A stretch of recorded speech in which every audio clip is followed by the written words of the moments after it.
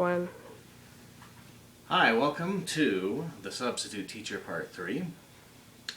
Today we're going to work on substituting out the dominant 7th chord with augmented 7ths and also whole tone scales, but we're going to take a more chordal approach to those whole tone scales. So let's start off with using a G7.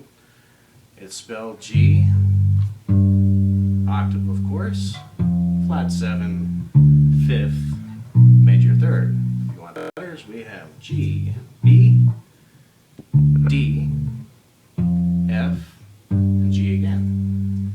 Now for the augmented, we're going to take the 5th and raise it up a half step, 1 fret. So now we have root, major 3rd. Instead of a D, we're going to have a D sharp, flat 7, octave. Now this particular shape I just played isn't that symmetrical and easy to remember. There's a much easier one that kind of goes across in a diagonal and makes an excellent finger warm-up exercise. And it's going root, 3rd, sharp 5s here at a diagonal.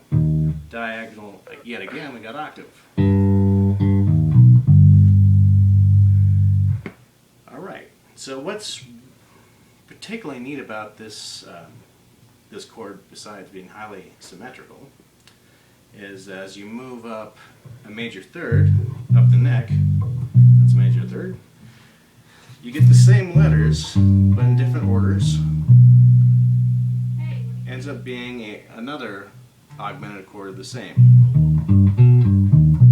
Let's go up another major 3rd here. Here being D sharp. Up another major 3rd, we're back to G. So conceivably, over a G7 chord, you can go up the neck.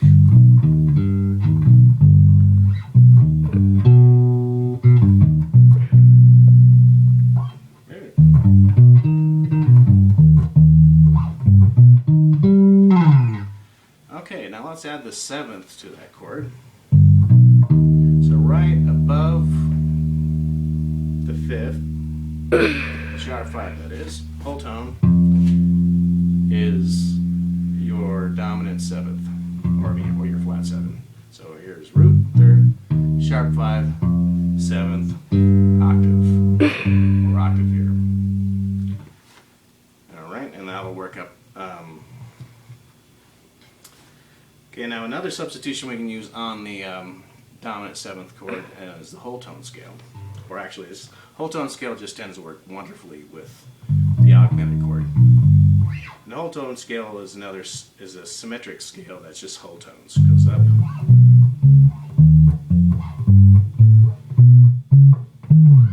Real easy one to play on open strings. You can add octaves to them.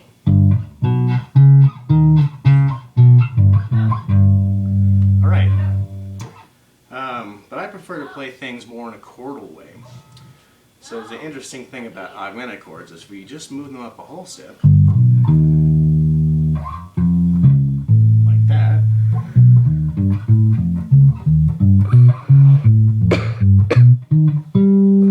it gives you all the notes in a whole tone scale, but sounding more like chords. And you can mix and match them for your melodies or walking lines, what have you. You can have like.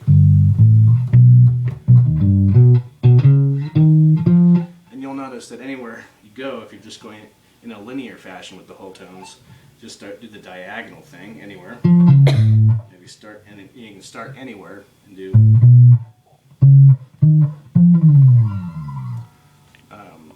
mix and match. All right, so let's try an example of this substitution of 2-5-1 and the key is C. I'm going to start off with, I'll do it in slow motion first, with the 2 chord, which is D minor. And I'm going to start with root. Typical thing to do in walking lines is add a 9, also known as your 2, minor 3rd. Then my target for the next chord is the G chord, which I'm going to do a G octave. I'm going to probably do an approach tone on the 4th beat above the G. Then I'm going to go across.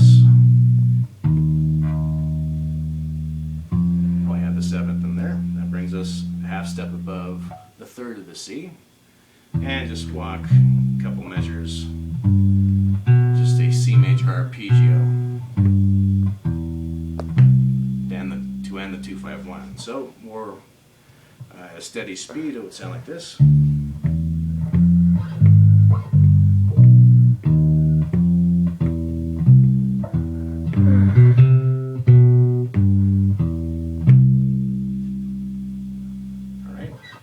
That's the substitution. Probably be hard pressed to find a good jazz standard that would have a very long amount of period of a G7 or G augmented. But let's just pretend we're going to do a big extension on the 2-5-1 when we get to the 5. You wrap it up. Here we go. Starting on the 2.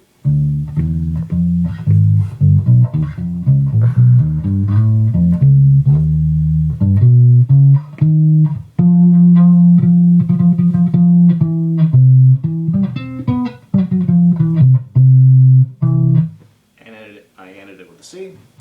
Add a little chromatic thing there between the 3rd and the 5th of the C. Alright, so that's the end of today's lesson on substitutions. That was substituting your dominant 7th with an augmented chord, or augmented chords done in the form of a whole tone scale. Until next time, thank you.